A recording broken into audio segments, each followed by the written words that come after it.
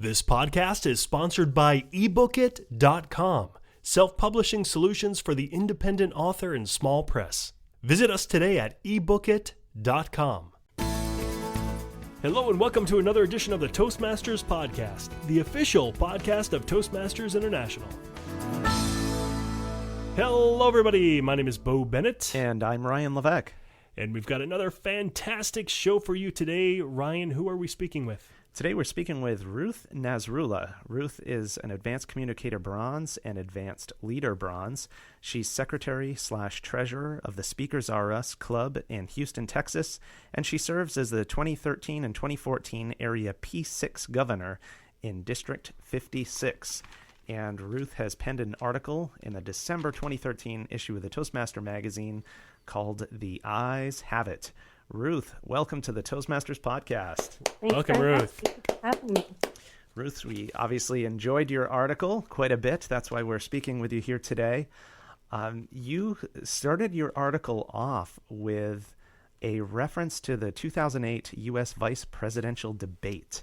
Yes. In which Republican candidate Sarah Palin had quite a few winks for the camera.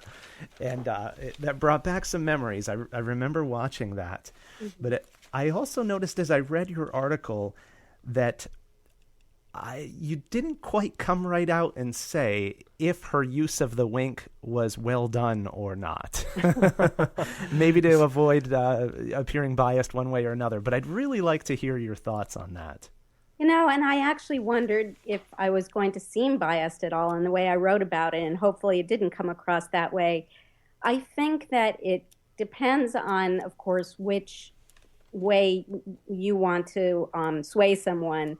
I think that she did a great job. She had had some not very successful interviews prior to that, and I felt that she did very well in that debate, and I think the winking was part of what she did.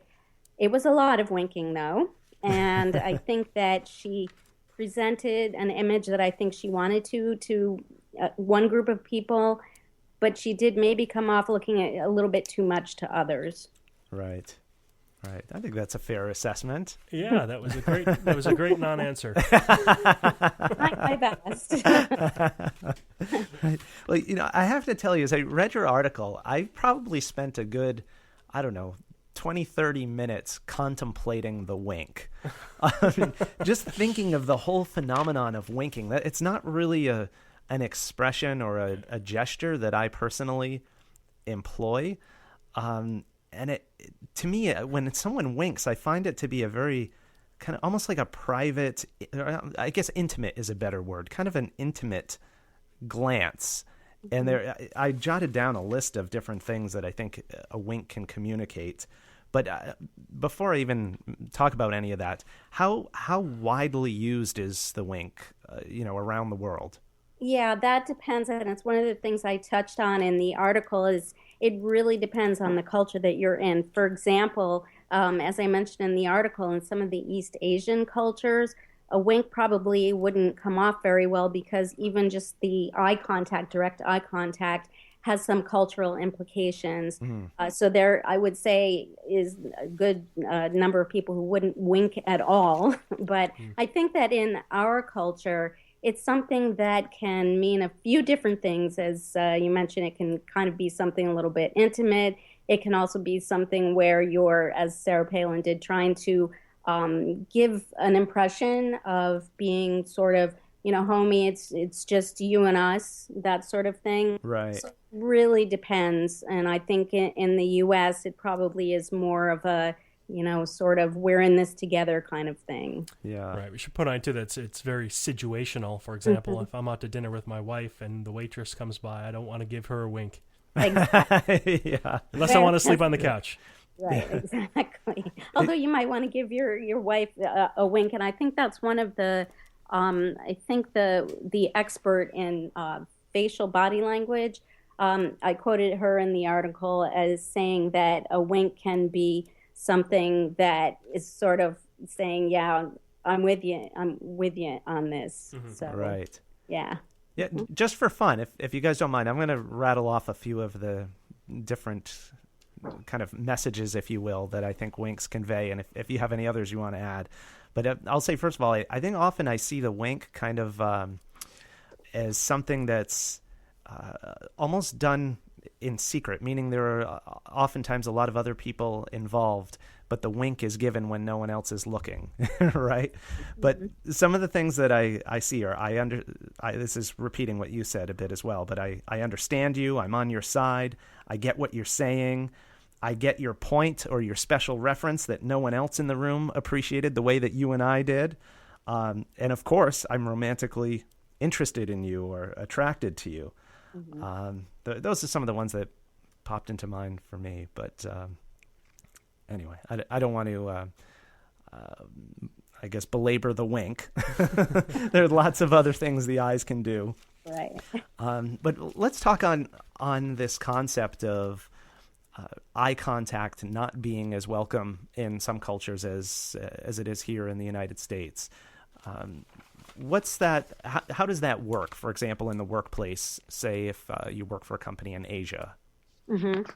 Yeah, one of the women that I spoke to for this article said that she had a little bit of a shock when she started working in, I believe it was Japan, and her supervisor wouldn't look her in the face. And she, of course, took that as a real insult, but actually it was a sign of respect. So that's something that it takes a little while to learn, I think. And also, in some Muslim cultures, there's, a sort of between the gender, they would try to not make eye contact. So that sort of thing you'll find, it's just a kind of cultural thing that you need to learn as you go along. Right. Mm-hmm. What I wondered about that, Ruth, is how does that apply, say, in the boardroom when there's a meeting around the table or someone's presenting from stage or in front of a group? Would the speaker be expected to not make direct eye contact with the audience, or is this more of a one-on-one type or situation? just in a public speaking situation in general? Yeah, that's what I was just going to say. The speaker should be prepared. They should know what as with any public speaking, you should know your room, know your audience, and be prepared before you get up there. So I think whatever situation it is that you're going into, if it's the boardroom and you're expected, either you're running the meeting or you're expected to give a good presentation, you need to know who's there and what their sensibilities might be. Okay. Well, let's bring it back to the States for now, for a moment. In terms of eye contact in a speech, we've all heard some of the rumors about how you should be looking above everybody's head instead of actually making eye contact. At the exit sign in the back of the room. Yeah, at your watch. What in your opinion is the ideal strategy for eye contact for a speech? I like what one of the people I interviewed said, which is look at each person for no more than 5 seconds. Mm-hmm. And I think that's a good idea because sometimes when you get a little nervous or off track, you'll start staring at someone. Yeah. And without realizing it, and it's hard, especially if it's the one person in the room that you really appreciate. They're smiling at you. You feel that they're really supportive. Mm-hmm. So what I tend to do is you kind of do a sweep across the room. So you're not staring at any one person, you're not staring at any group of people. And it also, that gives you the opportunity to see how the audience is reacting as well. So I agree with the person I interviewed, not more than 5 seconds on any individual, and just look at everybody. Right. Ryan, I don't know if you've noticed this, but in our meeting, we have several speakers who favor one side of the room. That comes up a lot in evaluations. Exactly. Yeah. That always comes like just one specific area. And the side of the room is pretty small. I mean, there's only a handful of people on each side. Mm-hmm. Is that kind of common where people will get stuck, maybe not to a certain person, but to a certain zone of the audience? And how do you feel the rest of the audience, how do you feel they would respond to something like that? Well, there's one thing that I found in my own speaking, and I see it reflected in other people's. The audience, very often you look at them and they look like they're not paying attention, or they look like they're upset with what you're saying. And a lot of the time they are listening intently, but they just don't look that way. Mm-hmm. So sometimes if you're a little bit nervous, you focus on that person who actually is looking a little friendly, but remind yourself that everyone is there to listen to you speak. Everyone is there to encourage you, and they're happy to see you speaking. Right. And I think we could put ourselves in the role of the audience member as well and think about when we're experiencing a speech or presentation and the speaker makes eye contact with us. How does that make us feel? And I would say from personal experience, it definitely makes me feel more engaged. And if I happen to be zoning out, I zone back in and I'm drawn into the speech. So I think that's a great suggestion. If you can zoom in on everybody and get as many people as you can, make some eye contact with them, not staying in any one spot, I think you'll be able to connect with the majority of your audience that way. Absolutely. Good point. Ruth, you quote from Matthew Arnold Stern. Yes. In your article. He has a suggestion for a way to prepare or develop your speeches that will make them more conducive to eye contact. Can you talk about that for a moment? Yes, actually, he is a wonderful speaker. I was so happy that I was able to talk with him. And I think if I recall, he was the one who talked about the stalker stare, which is something that you definitely want to avoid. And that's sort of what we were just talking about, that you don't want to kind of zoom in on just one person and stare at them. And he had, I think he might have actually also been the person who gave the 5-second rule, not to look at anyone more for longer than that. But what he talked about that was really of use, I thought, is to look at different groups, sort of one at a time and not any particular person. But again, as I said, to kind of sweep across the room. And he's sort of an expert on table topics as well. So I was really happy to have the opportunity to talk to him about the things that he does in his speaking. Right.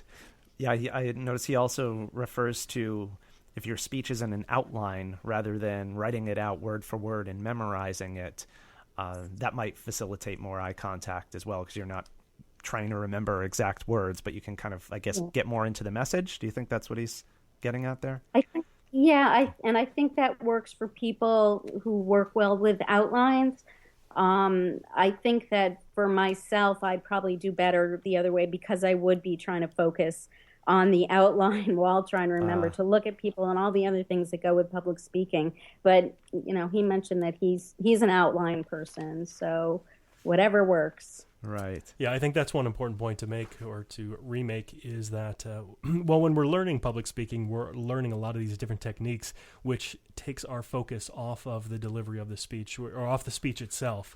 And what we're really supposed to be doing is communicating the message to the audience. And when everybody's, I would hope that everybody has delivered a speech where they got in that zone when you just completely forget that you're there and you're just talking and delivering and it feels great. And at the end, everybody claps and everybody loves you and gives you hugs and kisses and flowers, and it's the best. But when you are focusing on eye contact and speaking, your focus is on you again. And that could be risky. So it is kind of a dilemma there. Yeah, there's also this aspect that you reference here with you call it the tech-driven culture, with people in audiences with their noses in smartphones and laptops and iPads. So often we think of eye contact as something that the speaker needs to do to engage the audience, but there's an additional challenge there now. When I've been to lots of conferences where I wonder what it's like to be the speaker on the stage with nobody looking at you in the entire room. So do you have any ideas for coping with that phenomenon? Yeah, and actually that does go both ways, because I've noticed more and more speakers are now reading their speech from their iPhone or from their smartphone, right. which really kind of drives me a little bit crazy. But I think, so you're saying if you look out to the audience and they're all on their devices, right. I think you have to shout really loud and say, look at me, get off your devices. Because I think that actually that's something that, as I mentioned, it is something that's becoming pervasive in our culture, and I don't think it's a good thing for interpersonal communication or for public speaking. And there's not really, again, unless you really say to someone, get off that smartphone and listen to me, I don't think there's really anything you can do, because when people get onto those devices, they take off with them. Well, it can be exacerbated, too, with some of these tech conferences where it's sort of expected that people are going to be live tweeting and, doing posts, and they'll even have sort of a running, the tweets using the hashtag for the conference projected alongside the stage. Yeah, everybody's so involved in seeing their own tweets up there. Right. Exactly. You start to wonder, are they even listening to me at all? Or it's not even so much are they listening to me, but how much of your message is actually getting broken up by the tweets, and is the fact that people are using hashtags rather than listening sort of organically to what you're saying can be one of the dangers of that sort of, live tweeting. Right. Yeah. I could see that definitely for a good opportunity to use humor to get everybody's attention. Like you pull out your phone and you tweet, "Nobody's listening to me," while I'm speaking. Great idea. Right. And have that come up. That is a good idea. Yeah, there's a lot of different things you could do to get the message across without appearing like a jerk or very authoritative in that situation. Great. Well, Ruth, lots of food for thought here in the realm of eye contact and expressiveness of the eyes. Appreciate you joining our show today to share a little bit about this topic. And where can our listeners go to learn more about you and what you're up to? Okay, just my name, www.ruthnasrullah.com. Great. And you want to spell that last name out for our listeners? Yes, I will. It's Ruth Nasrullah, Nasrullah. Fantastic. Great. Ruth Nasrullah, thank you so much for joining the Toastmasters podcast. Thank you. Thank you for having me. I appreciate it. Bye-bye. Bye.